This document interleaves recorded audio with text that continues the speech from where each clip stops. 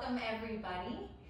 Today we're going to be talking about a couple basic yoga concepts, which are breath, bandhas, and drishti. So this is a wonderful opportunity because these concepts can really be translated into any vinyasa, ashtanga, power, yoga, flow class.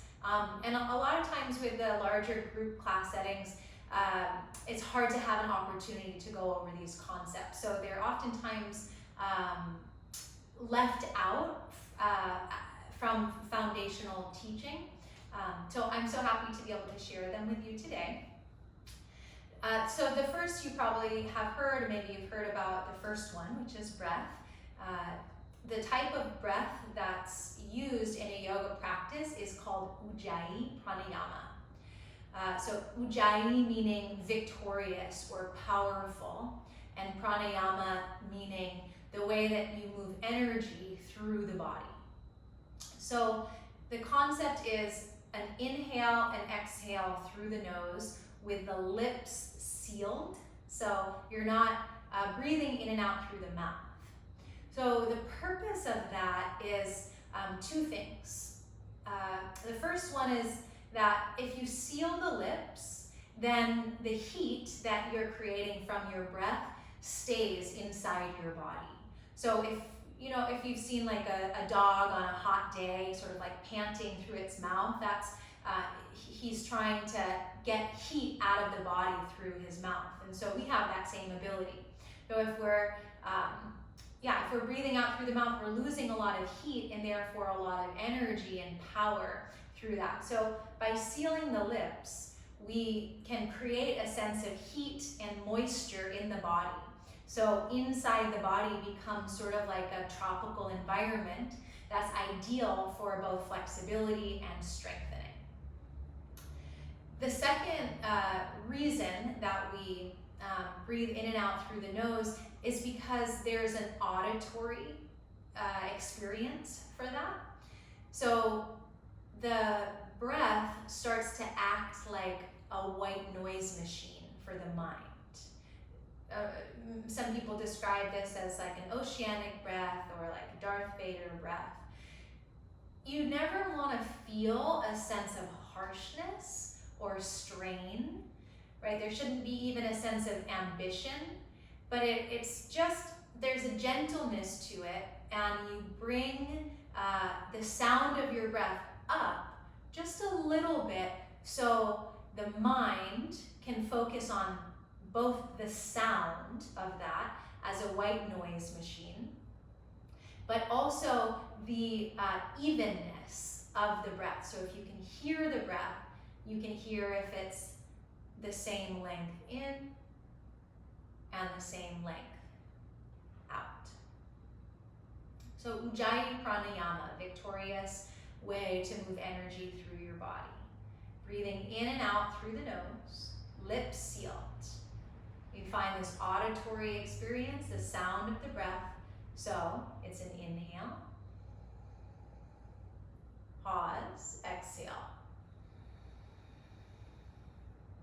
Pause, inhale,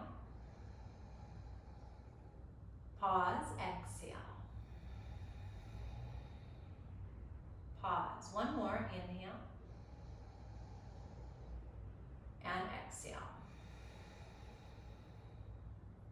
So once you master or play with or explore or begin to use this breath technique, it can be used in yoga practice for sure. It completely changes the dynamics of a vinyasa practice to be in that controlled breathing the whole time.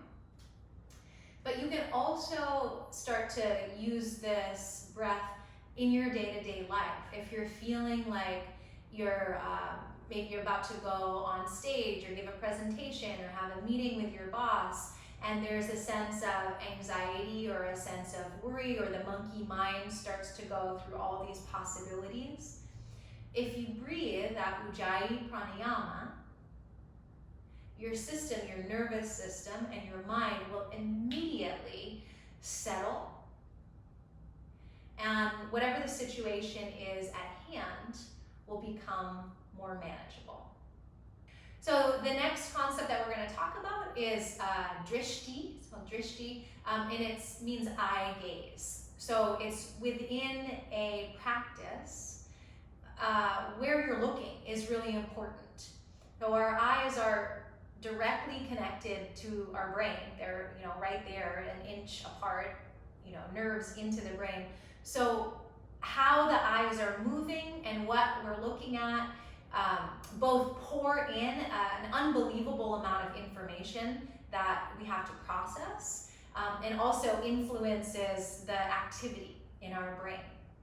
So one of the simple ways to create some mastery in your yoga practice is through honing this drishti, honing your eye gaze. So in each posture, there's a place, a prescription where you're designed to look.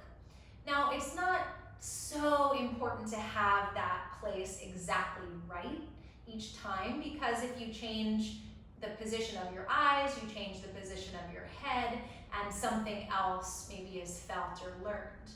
But what is very important is that when you're holding a posture, when you're in, say, warrior A, warrior B, warrior C, butterfly, standing up or seated, that you're looking at one spot. So for the standing postures, a lot of times it's looking at the front middle finger.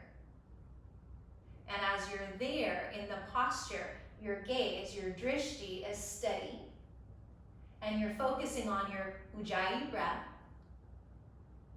listening to the sound of the ujjayi breath in your mind, and letting your eyes be still and steady at that point.